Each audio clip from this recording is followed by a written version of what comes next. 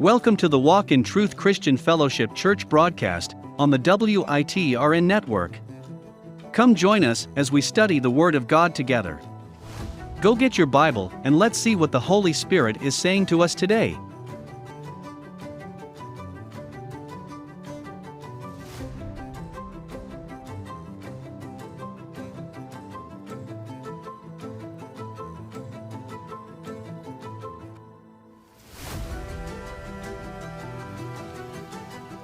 Heavenly Father, we come right now, God, asking you to bless us. God, even through storms, we still praise you, God. Even when we don't understand, we still praise you, God. So help everybody reveal them your word, God. Make all crooked paths straight and minds and hearts open. In Jesus' name I pray, amen. So when we left off, we had a very detailed lineage of how we get to Zerubbabel, right? There was a note that I didn't get to talk about, but me and Nancy just talked about it, about Zerubbabel. So in some books it says Zerubbabel parentage is different. However, some say that Sheol was not Zerubbabel's father, but his uncle. And what the custom was, if you say, for instance, somebody become widow, it's sometimes been the custom where the uncle would marry the sister-in-law to keep everything in the family. I'm not saying that's true. I'm not saying that's not true. But either way, we talked about Zerubbabel because he was important. Now, I talked about this last week, and I talked about it so fast that I don't think, because I knew Nancy was going to get caught up in it, but I want to make sure that we get it right. So Nancy, Get a marker, because I want you to put the definition up. Chapter 4 is not chronological. Who knows the definition of chronological? In order. In order of what? Go chronological, go down. In numerical order. Chronological means is this how it went. And this had 1, 2, 3, 4, 5, right? In sequence, correct? Mm-hmm. But what is parenthetical order? Huh? I never heard that one. Anybody know what parenthetical means? It is inserted to tell a story. Parenthetical means that it's not in order, but it's put in there so you can understand the story. So you know how in past lessons, when we were in Kings, I said we're not going to read this in order. Remember? Mm-hmm. I said we're going to go to this chapter, and then we're going to go to this chapter and read it as one story. Mm-hmm. What I was doing was parenthetical order to tell the story so you can see how everything fit. Mm-hmm. It does not mean that this is the order on how things fit. It just makes sense this way. Mm-hmm. There's more than one way to tell the story. Mm-hmm. For instance, I can start at the end and then go back to the beginning, like Luke did for the genealogy of Mary. He started with Jesus and went all the way back down to God, right? Whereas Matthew started with God and went all the way down to Jesus. Those are two different ways of telling the story. But it's the same story, correct? Everybody understand what I'm saying? Mm-hmm. So parenthetical means that the writer decided that if I put it in order, you're not going to understand what I'm talking about. Or if I put it here, I'm making a point so you understand that this is important to the story. So when I go back to the order, you'll understand it. So chapter 4 is not chronological. It is parenthetical. Everybody get what I'm saying now? Mm-hmm. So if you're stuck, so we can say 1 Kings and 2 Kings and 1 Chronicles and 2 Chronicles and Ezra, because we haven't got to Nehemiah yet, are not chronological stories. They are parenthetical. Oh. Everybody get what I'm saying? Mm-hmm. Because if you read Kings, 2 Kings especially, they jump around and go back and talk about this and talk about that, and if I had taught it that way, we would all be confused, correct? Mm-hmm. So a lot of times I would say we're gonna go to 2 Kings and then we're gonna finish the story in Chronicles. Remember? Yeah. That's parenthetical. Because I feel I'm the type of person is I got to hear the whole story. Don't leave me here and pick up somewhere else. And that's exactly what Second Kings does. Anybody disagree with what I'm talking about? Everybody, when we was reading, I'm like, y'all see why I took y'all there. Yeah. They'll talk about a little nugget of the story that don't happen till years and years later. And I put it all together so we can see the whole story and see it in a way where our minds can take it. I can't get the big picture. I can't jump.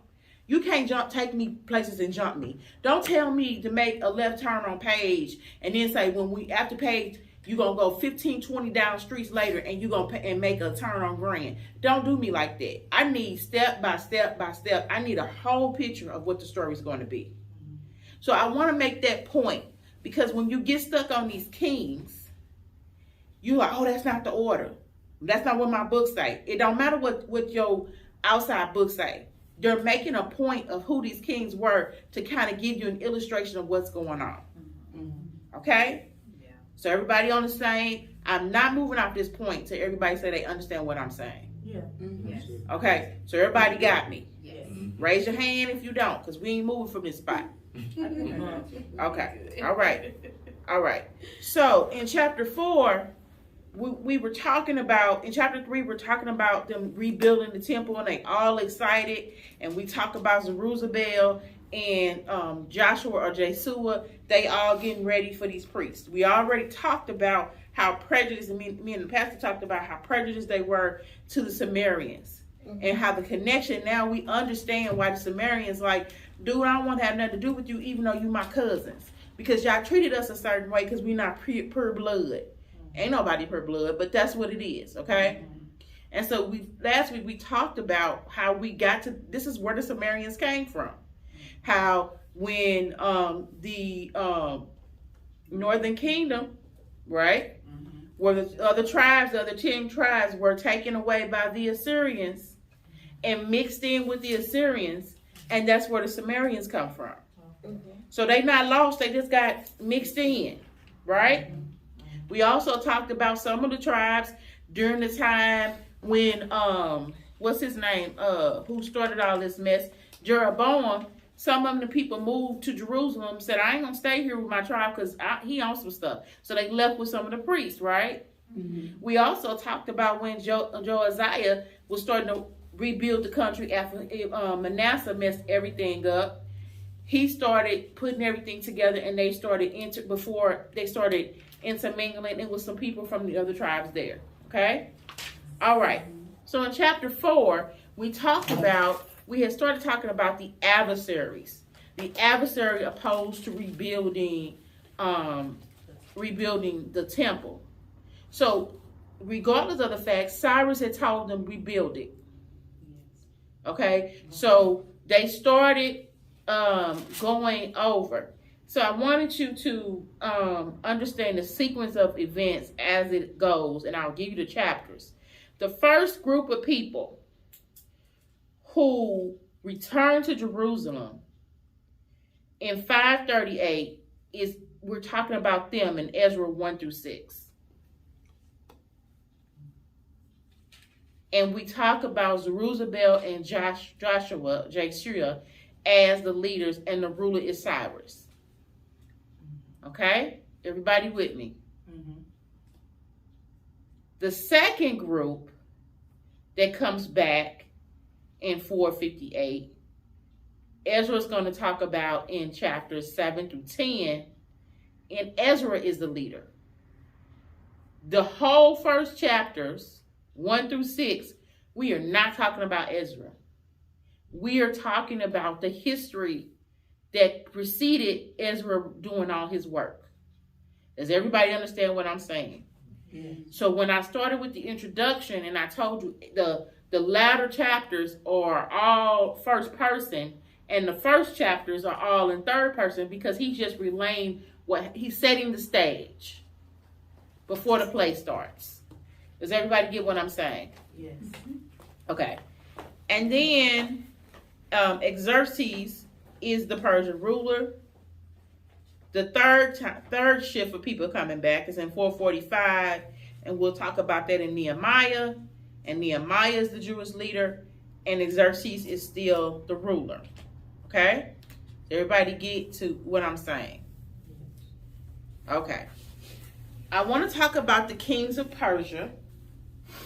As it's written in Ezra, we talk about Cyrus, we talk about Darius, we talk about Xerxes, and I gave him another name as well. And we talk about Artaxerxes the first. I put the numbers on there because the way Ezra reads, we want to go, we want to go like that, but that's not how Ezra is.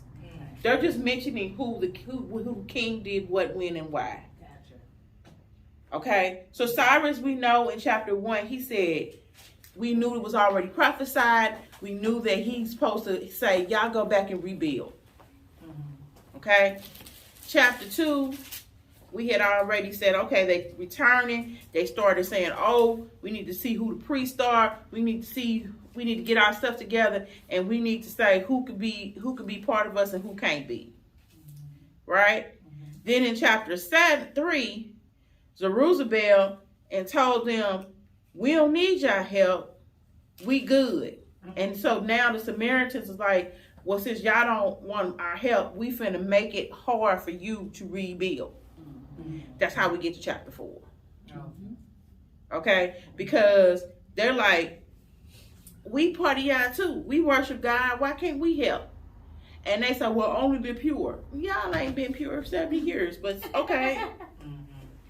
Yeah, that's how it happened. Okay? And we talked about Isaiah 7, 8 through 9. And let's go there so we can just kind of, now, when I say we're going to Isaiah 7, 8 through 9, it's part of a parenthetical because we know Isaiah was not alive during this time.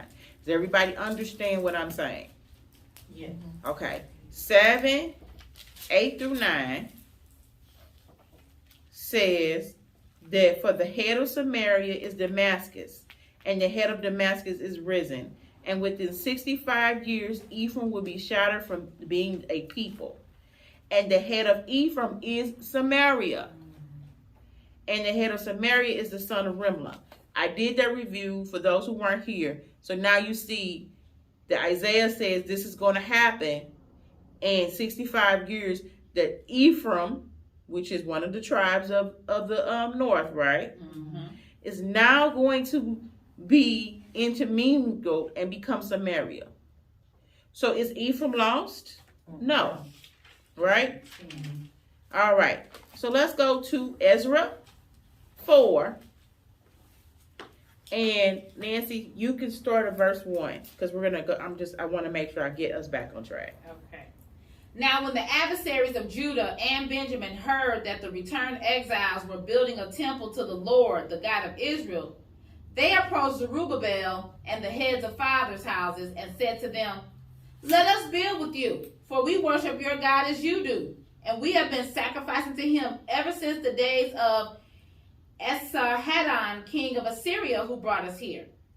But Zerubbabel, Joshua, and the rest of the heads of fathers' houses in Israel said to them, "You have nothing to do with us in building a house to our God, but we alone will build to the Lord, the God of Israel, as King Cyrus, the king of Persia, has commanded us." So just see what I was talking about. He was like, "Nah, y'all can't help us."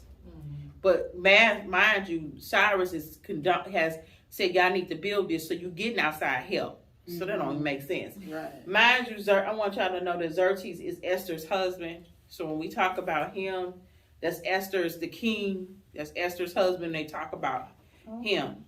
Okay? So that's why I put a little thing. Now Zerubbabel is present time.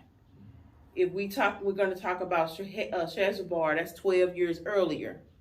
So the way the book in chapter 4 and 5 and 6, they flip back and forth. Okay. So I'm just giving you a reference so you can see what I'm talking about. Okay. Me telling y'all that it's parenthetical makes sense now, right? Mm-hmm. Okay. All right. 4 and 4. 4, okay. Then the people of the land discouraged the people of Judah and made them afraid to build, and bribed counselors against them to frustrate their purpose all the days of Cyrus, king of Persia, even until the reign of Darius, king of Persia. So basically what it's saying is that they didn't build anything that whole time but you know what my question to myself was, if Cyrus had said build this and y'all got mad, why y'all just didn't write Cyrus and say these people getting on my nerves? Mm-hmm. Right. You know what I'm saying? Like, if something happens in your household and mama said you could do this, who you gonna go tell mama what's called don't want me to? He said no. Right? But they didn't do that. For some reason, they didn't use the resources that God gave them. I don't understand it, but that's just me. So they frustrated them. Yeah. And remember, we talked about how Haggai was like, dude, get off your tails and do this. We'll talk more about Haggai in a minute. Go ahead. 4 and 6. And in the reign of Ahasuerus, in the beginning of his reign, they wrote an accusation against the inhabitants of Judah and Jerusalem. Which makes sense. Think about it. Y'all think about why Ahasuerus and Xerxes the same person. They wrote a letter to him. It says that in the reign of Ahasuerus, in the beginning of his reign, they wrote a letter accusing Judah of accusations. If y'all remember the story of Esther, that's what all they did. Remember, they was like, oh, the Jews was doing this, the Jews was doing that, the Jews was doing this, the Jews was doing that. So now we connecting the dots. It makes sense because it's right here in this word, right? Right. So we know the story of Esther, and we'll get there one day, and hopefully in our lifetime, and if God sees fit. We see now that they started this at the beginning. It just wasn't at Esther, and Esther got to say to people, they had been doing this for some years because they didn't want the Jews to get back with what was taken away from them. Yeah. And because of the Jews' prejudice, and a lot of commentary don't say that, but you just shunned some people that could have just helped you. What would have been, if they worship God, what would have been the problem? You just couldn't marry them, but worshiping God with them, what's the problem? Yes, ma'am. Mine say adversaries. They were their enemies. But they're the enemies because and you're correct, the adversary and enemies, but they were enemies. Sumerians were their enemies, but they still was their blood. Even and let's just make that point. Your point is really good. Most of the people that God told them to kill in Genesis and Leviticus was their cousins. Think about it. Abram is a Gentile. They became Jews because God singled them out. But most of the times, everybody they was fighting was their kinfolks. Some fall down in the line. You get what I'm saying? And so even when the North and South broke up and they was finna fight each other, they was fighting their brothers and sisters. You know, their cousins or whatever. Because everybody in the tribes was related. You know what I'm saying? So when the Sumerians, because we just read that in Isaiah, the Sumerians were they said they brought us here. And if you guys weren't here, but it was taught in Kings and in Chronicles that they had left some of the poor people who couldn't do nothing. They left them in the area because they knew they couldn't do it and brought these other people over there. So what you think people gonna do? Yeah, you won't see. I mean, she might not be the cutest thing, but she the only thing here. You know what I'm saying? So that's what happened. They left some people here. I didn't disregard. They didn't take all the people over there. They left the people that they said, oh, these weak or whatever. They left the women and killed a lot of the children. And so they left them here to intermarry and intermingle. But they were doing it already. So that's why they got in trouble.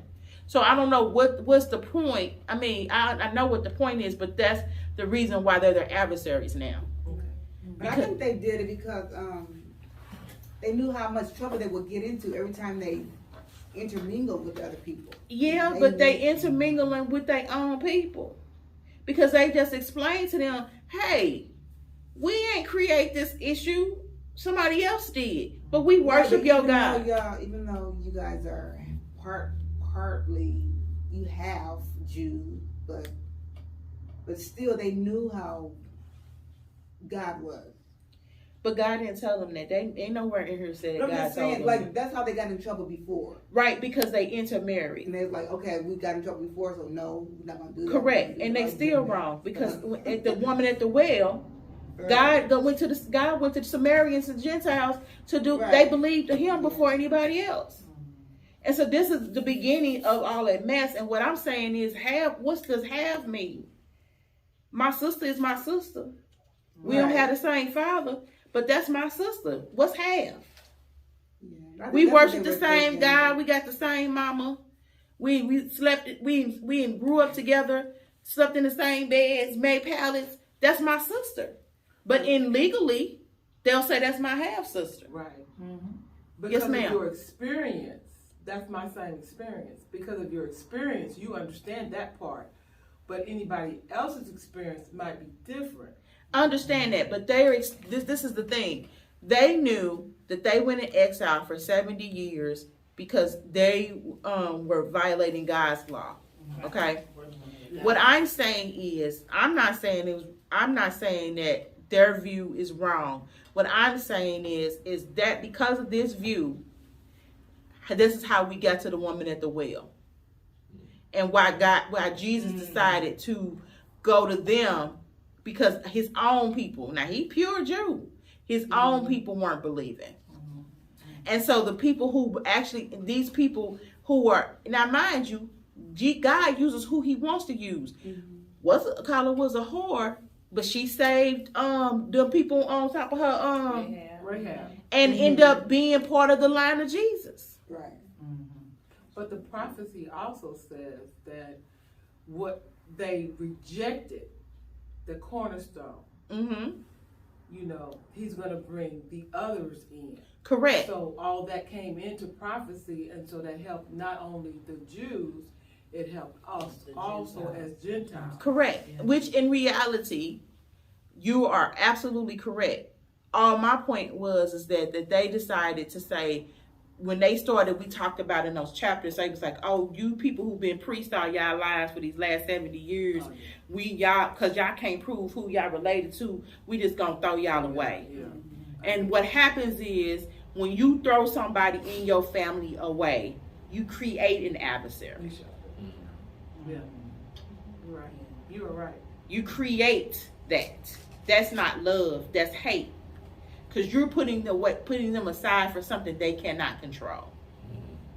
And I'm not trying to get political or whatever. All I'm saying is both y'all points are valid.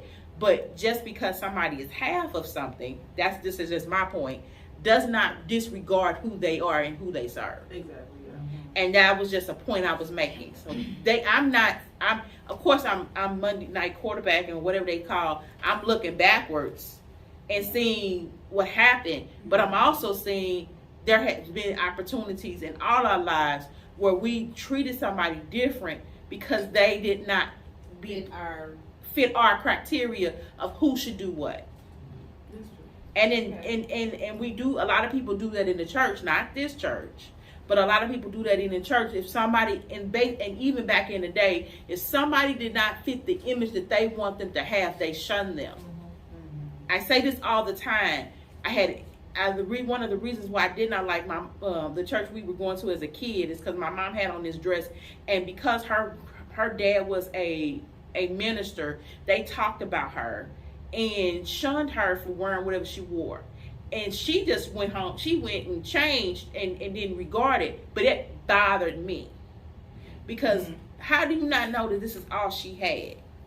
The same way how they shun people who had kids out of wedlock, when those are the people that you should be drawing in. And if they're coming to church, they're repenting, who are you to judge them? And so that is one of the reasons why we need to be careful who we cast aside and shun, because those are the people that need Jesus the most. Because we equally could have been cast. Correct. Cast aside and shunned. Correct. And so all I'm saying is that everybody's point is valid. I don't want nobody to say their point is not valid, and it's all correct. But my point is that what we can take and glean from them, this is the application part, I will go back to the context interpretation in a minute, is that we need to understand that we don't get to judge who gets to serve God. Only God can do that. And my whole illustration is that because of their actions in chapter 3, they cause them to have adversaries. And so what does adversaries do? They frustrate your process of what you're supposed to do. And in this case, they could have had an ally and could have Correct. moved along. Now they could have said, "Hey, because y'all can't come into the temple," but if they wanted to build, Yeah. and then the killer part is one thing they didn't say in here, and that was my point to Stacy. They didn't even consult God and ask God, can they help? They still waiting on the perfection and glories of and to get the people to get the lineage. Remember we talked about that? So that's where we at. All right. So we're in chapter 4. Then we just discussed verse 6. They talked about, they said, well, we rejected, they discouraged them, and so everything just started, right? So now, let's set the stage. Now we're going to talk about this letter to King Xerxes. Now you see how they skipped? We just got through talking about one king, and now we to another king. Okay, so y'all see it's parenthetical. Let's go to verse 7. In the days of Artaxerxes, Bishlam and Mithridath and Tabeel and the rest of their associates wrote to Artaxerxes, king of Persia. The letter was written in Aramaic and translated. So this means that this section of the letter, this section of the Bible was wrote in Aramaic and not in Hebrew. Remember, I talked about that in the review.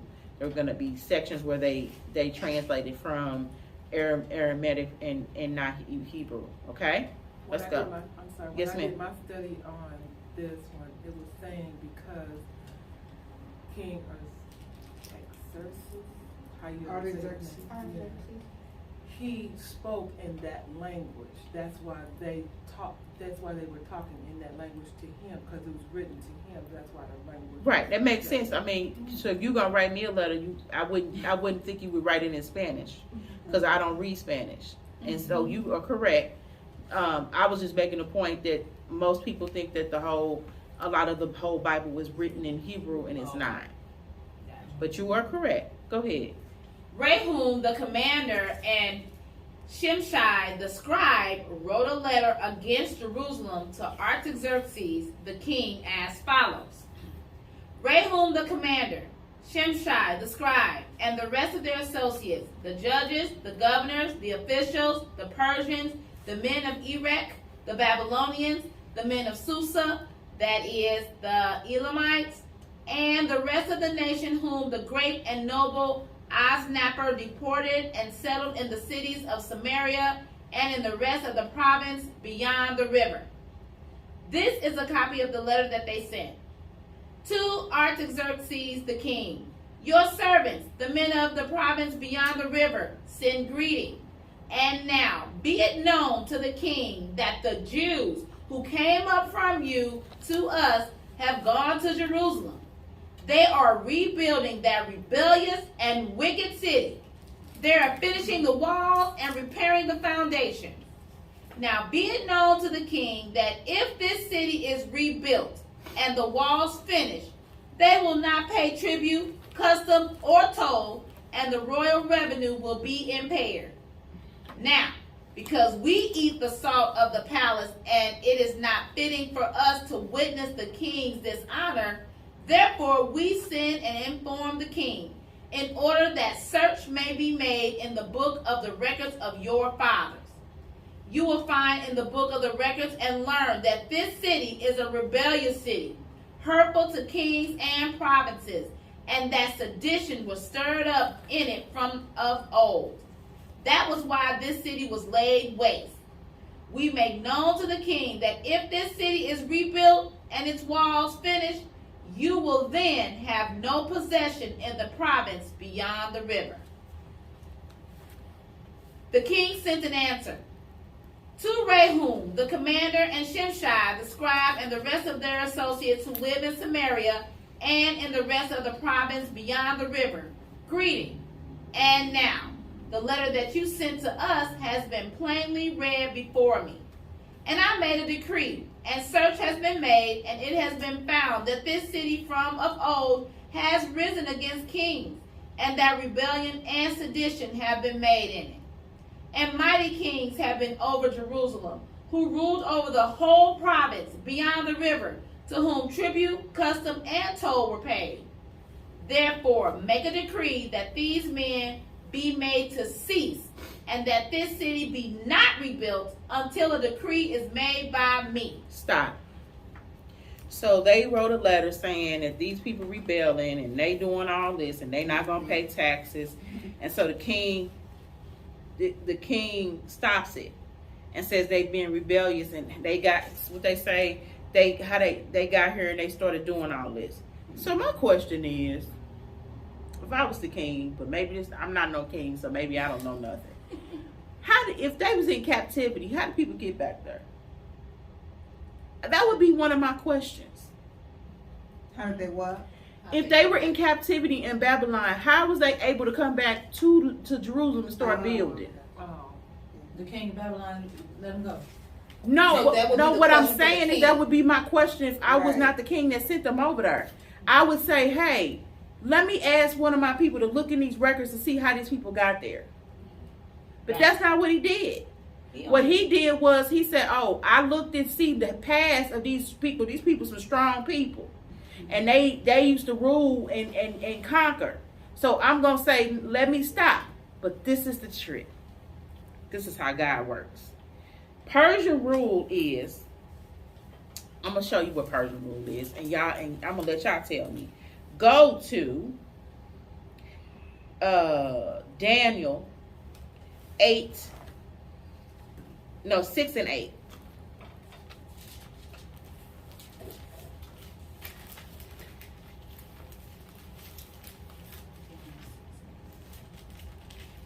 And Frida, when you get there, please read it. From the NASB. Now, O king, establish the injunction and sign the document so that it may not be changed according to the law of the Medes and Persians, which may not be revoked. Okay, so hold on, because I don't know what your book says. It says something. It's talking in legalese, and I have no problem with that, but I'm trying to make a point, and I need it in plain English. Okay. It says, "O king, establish the injunction, to sign the document so it cannot be changed according to the law of Mercedes." Okay, that's which cannot be provoked. What this is saying, let's go down to 15 too, while we're saying it before I start talking. Go ahead and read that. Then these men came by agreement to the king and said to the king, "Recognize, O king, that it is a law of the Medes and Persians that no injunction or statute which the king establishes may be changed." Okay. And I'm going to make my point in a minute. Let's go to Esther. And Esther 8 and 8. And Miss Alicia, do me a favor and read that for me. I can't find it. Esther is right after. Huh? Right after Nehemiah. Yeah, right after Nehemiah. That's okay. Somewhere else. 8 and 8. Okay. Write ye also for the Jews, as it likened you, in the king's name, and seal it with the king's ring. For the writing which is written in the king's name and sealed with the king's ring may no man reverse. So, we know the story of Esther, and we know the story of Daniel, and the reason why Daniel had to go into the lion's den because his king made the proclamation. Right. And we know why Esther said, hey, you say you got to kill the Jews. So the sentence in is a verse in Ezra that we need to really pay attention. Verse 21 says, "Therefore make a decree that men be made to cease, and that the city be not rebuilt until a decree is made by me." If he had stopped and says that the city be not rebuilt, they could not continue the work. Once a Persian king made a rule, it could not be overruled. And so King Cyrus already made that decree. Correct, but he didn't refer to Cyrus's decree. He referred to his own decree because he wanted to do some more research. So when he put that until a decree is made by me, that means that they could not resume building until he said that they could. Yes. Okay? Right. So they had to stop. Because if they hadn't stopped, they would have been rebellious. Okay?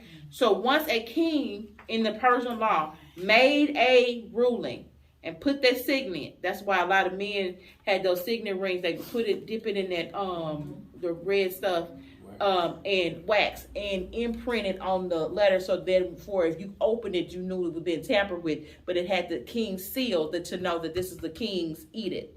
And we went to Daniel and Esther to show you that sometimes kings make rash decisions, and because they make rash decisions, that implements, because they might not have been, like the king during Daniel's time wasn't talking about Daniel. But Daniel, if you read that chapter, said, well, king, you said I got to go in the lion's den too. And he's like, well, no, I wasn't talking about you. No, you talking about me too. So that's why he had to go there, because the way they did their laws is that once the king said it and put it down, he can't even change it. Same thing as Esther. Esther was like, what am I going to do? So she had to find a loophole somehow to save her people. Okay? Which makes more sense now when you hear the story of Esther, of how this all started, how this got frustrated because of a shun. You get what I'm saying? It makes it, I'm sorry, I get excited. It makes it more alive and makes more sense why they after these people. Because somebody got upset about something. That's how most wars start. Some man and got mad about something, or want this woman and call it, you know what I'm saying? It's just, it is what it is. I'm not being chauvinistic. It's just how history starts. Okay. I can't unrule history okay. So he did that on purpose. He said, well, I got to go back and look. So my question is, why didn't he go back and why didn't they write a letter to the king in Aramaic, find somebody to write it and say, hey, king, but King Cyrus the one sent us here. I wonder why. That was something I would do. Maybe because of what I do for a living, I'm like, I got to fight for the people. But the first thing to me is, King, I respect what you said. I understand that this is the letter they sent you. This is not true. And this is what King Cyrus told us to do. But that wasn't done. So, but he still would have had to, because now, as the king, he would have to verify that what he just verified what they said. He only addressed what was in that letter. He just looked at their history. He didn't go and look for Cyrus's letter because nobody mentioned that somebody else had told him they could do this. Right. If I remember historically, that it went in order. So the scribe had to go and look. So it took 2 years, if I'm not mistaken on my study, it took 2 years for that scribe to find that record, that scroll. Right, I understand that. What I was just saying, you're correct. What I'm saying is that they in this only the context of this letter only. Okay? What I'm saying is, if we take the context of this letter only and they sent it to the king, and based on what we're reading right now, because I know there was stuff in the background, my question was, when the king got this letter, why is it that somebody from the Jewish camp didn't say, hey, king, which we gonna learn that they did that later, but it was too late because timing went past. Hey, king, I understand that you could receive this letter. This is not our intentions. Can you please look for this edict from King Cyrus that says that we can do this? That's all I was saying. Because if you gonna tell me I got to stop and God told me to go, I'm going to push in every avenue to say, hey, I'm not just doing this because I'm being disrespectful, because I ain't trying to die. We're doing this because we got permission to. Right.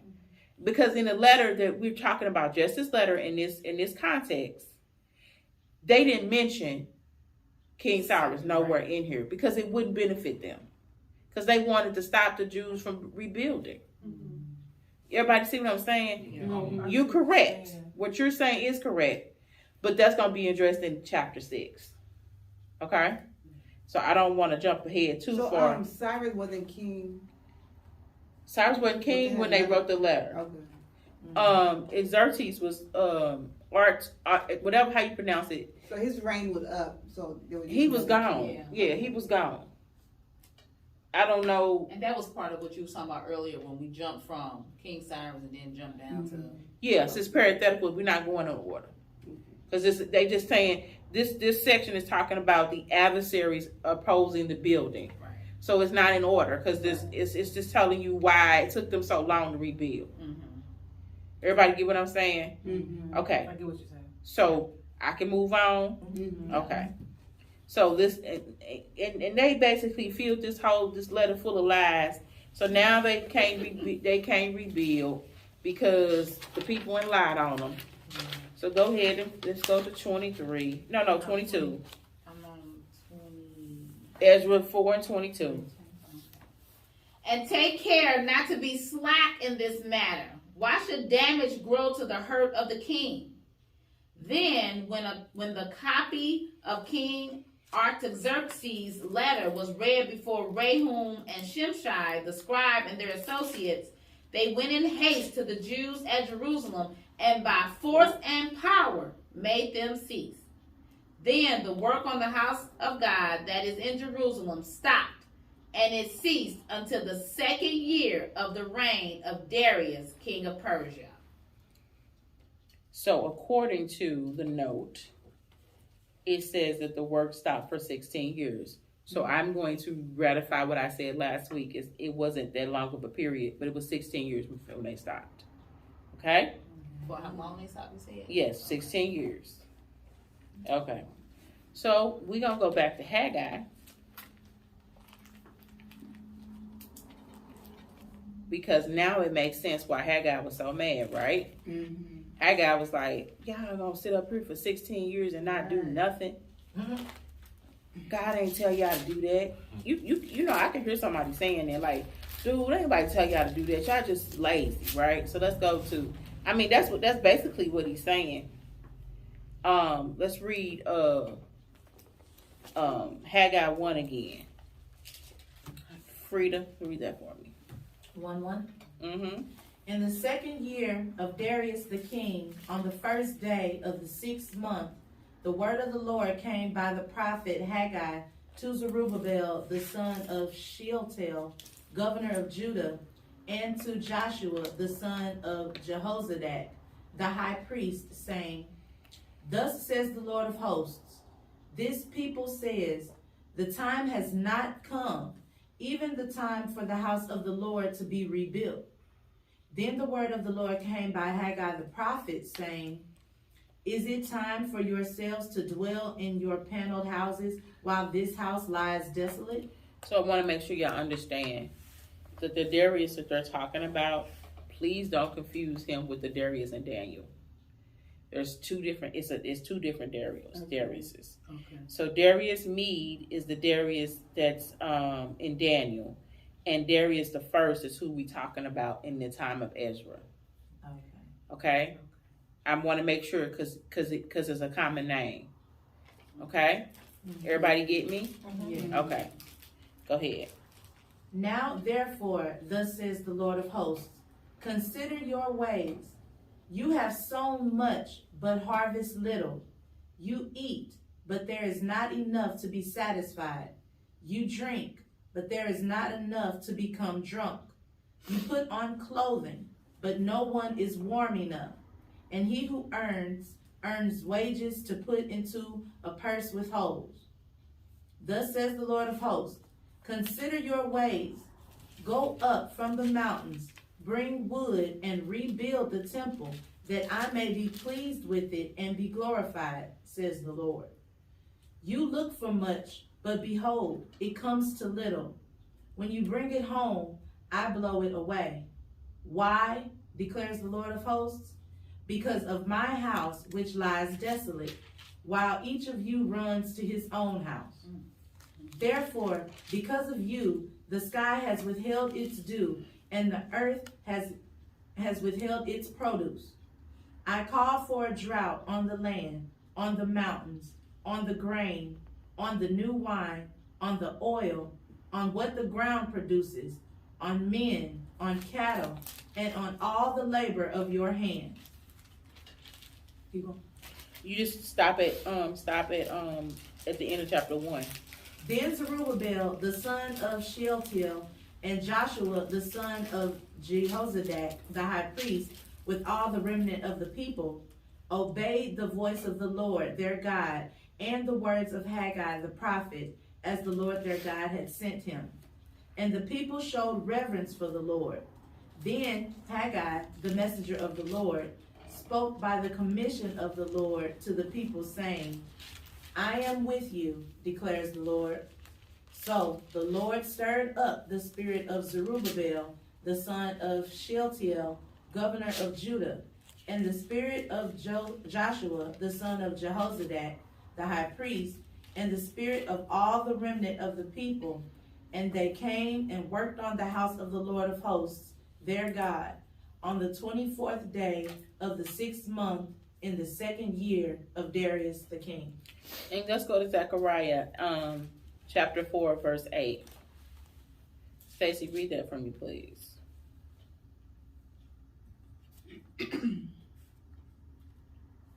To Zechariah 4:8. Mm-hmm. Then the word of the Lord came to me, saying, the hands of Zerubbabel have laid the foundation of this house.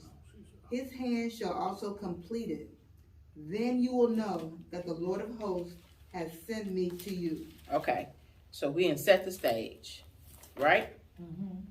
So we're going to go to Ezra, chapter 5, and let's talk about it. Go ahead. All right, Ezra, chapter 5. Now the prophets Haggai and Zechariah, the son of Iddo, prophesied to the Jews who were in Judah and Jerusalem in the name of God of Israel, who was over them. Then Zerubbabel, the son of Shealtiel, and Jeshua, the son of Jozadak, arose and began to rebuild the house of God that is in Jerusalem, and the prophets of God were with them, supporting them. At the same time, Tattenai, the governor of the province beyond the river, and Shethar-Bozenai and their associates came to them and spoke to them thus. Who gave you a decree to build this house and to finish this structure? They also asked them this. What are the names of the men who are building this building? But the eye of their God was on the elders of the Jews, and they did not stop them until the report should reach Darius, and then an answer be returned by letter concerning it. So what they saying is God put some protection, and so they kept building. Even they ain't do what they did last time. Mm-hmm. They just kept on building. God protected them, and Darius got this letter. Okay. Now, what's the problem with them rebuilding? They never got their decree from Artaxerxes to start again. Mm-hmm. But Haggai and Zechariah said, God said, y'all better get to going. So you're like, ooh, I got God on this hand and I got this decree. Right. Okay. So now what Miss Alicia talking about is about to come into play. Go ahead and read this letter. This is a copy of the letter that Tattenai, the governor of the province beyond the river, and Shethar-Bozenai and his associates, the governors who were in the province beyond the river, sent to Darius the king. They sent him a report in which was written as follows. To Darius the king, all peace. Be it known to the king that we went to the province of Judah, to the house of the great God. It is being built with huge stones, and timber is laid in the walls. This work goes on diligently and prospers in their hands. Then we asked those elders and spoke to them thus. Who gave you a decree to build this house and to finish this structure? We also asked them their names for your information, that we might write down the names of their leaders. And this was their reply to us. Now I'm going to stop right here.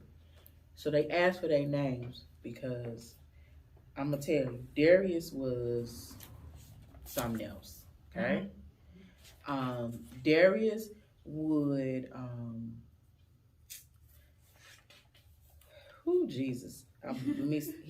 he's known to cut off people's noses, ears, tongues, gash their eyes out, and put a decree for their death. It is also stated that the Persians actually the ones who started crucifixions, not the Romans. So they wanted the names and stuff so that if Darius got mad, they went after the right people. And I would understand why they tread very lightly. He said, "Oh, I'm coming in peace. Please don't get me." Go ahead. Verse 11. And this was their reply to us.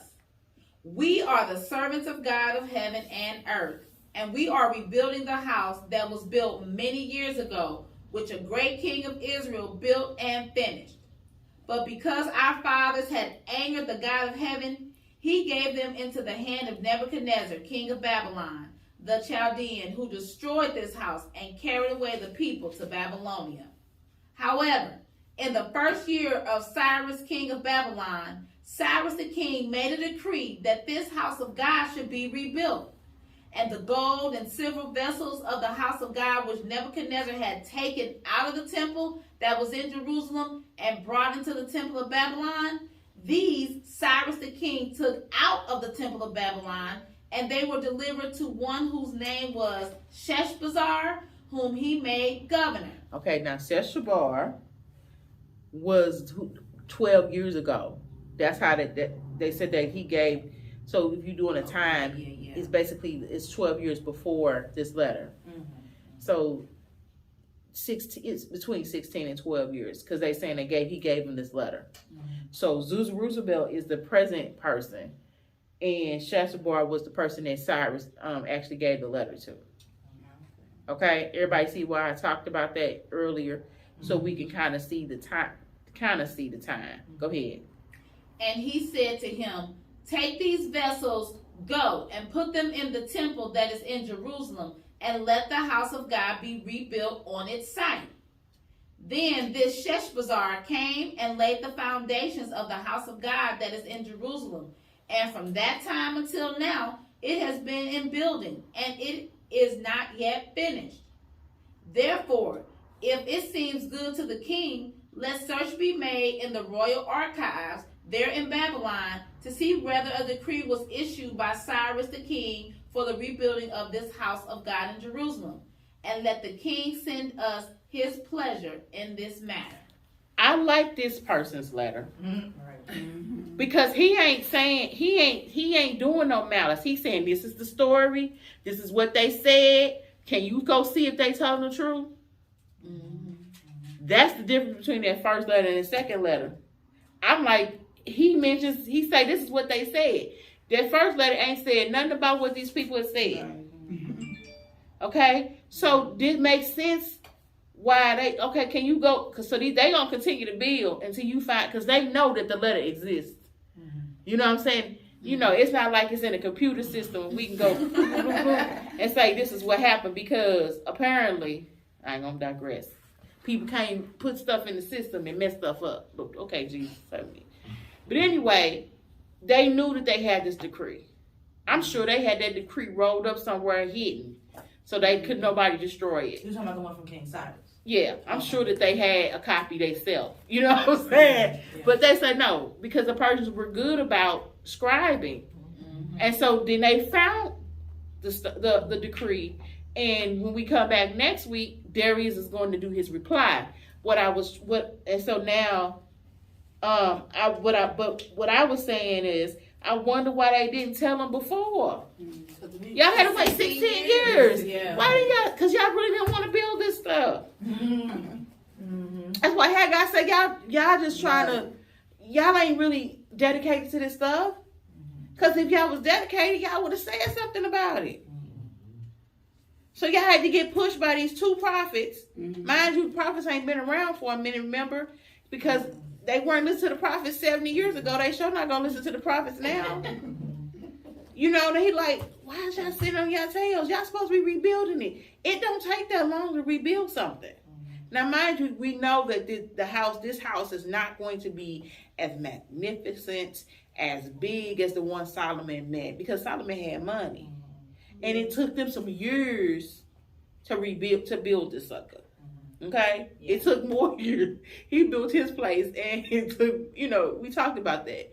But either way, that was frustrating me. I'm like, why you didn't say nothing about this 16 years ago?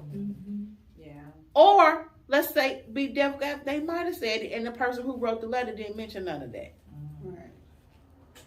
That could be what happened. Because I'm mad at you. Because you wouldn't let me build with you. Correct. And so I'm not going to tell them that you got permission. I'm just going to tell them you need to go look at these people's track record. Well, and keep in mind, they said, let me build with you. And then when they said no, it was like, they being rebellious. But now we see that we have one set of people writing a letter, and the other person, he just telling the news. He like, this what they said. Can you go verify? Because what would happen if they went and verified and Cyrus never said that, they'd have been messed up. So he was like, I'm giving them the benefit of a doubt.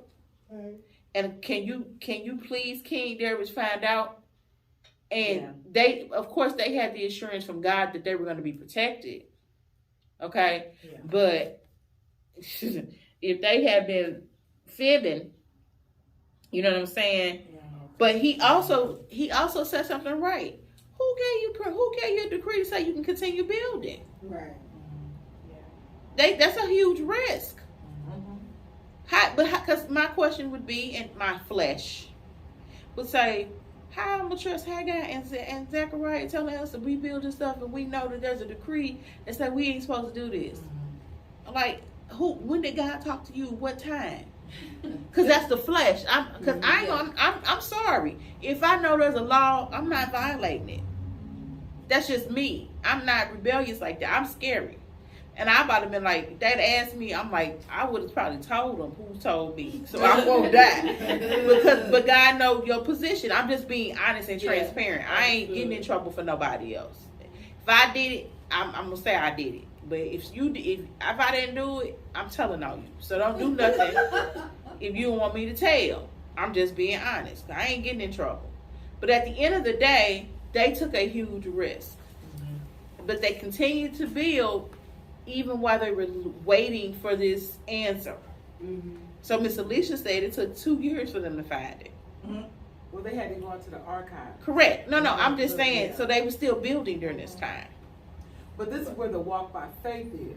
Correct. Because they are, am I understanding this right? They were prophets, Zerubbabel and... Not Zerubbabel. Zerubbabel was the governor, and Joshua was the high priest, and Haggai and Zechariah were the prophets during that time. So when they're saying this, you're walking by faith. Because Yeah. you know, if you're not walking by faith and you're walking by some craziness, you know death is on the other side. Well, they know that you know how they did prophets back in the Old Testament. It was tested by if their word came true. So God would have made sure that they would have known if this was a false prophet or not. I'm sure that Zerubbabel and the high priest, even hearing the prophets, consulted, I would hope, God themselves and say, hey, what's going on? But at the end of the day, they know that just for Cyrus himself to say rebuild, God had to have his hand on them for them even to get back there. So it is a faith walk. And it is you trusting the people that are guiding you in the right direction. I was just being cynical because I'm like, we trusted y'all before and we ain't gotten exiled. And so what I'm going to trust you for now, but that's faith. Okay? So when we come back next week, which I don't think we're going to come back next week. Thank you for tuning in to the Walk in Truth Christian Fellowship Church broadcast on the WITRN network. Come join us every Sunday at 9 a.m. Central Standard Time for Sunday worship. Bible study is held on Tuesdays at 11 a.m. and 7 p.m. Central Standard Time. We are located at 3006 North Lindbergh Boulevard, Suite 711, St. Louis, Missouri, 63074. All are welcome, and we look forward to seeing you soon.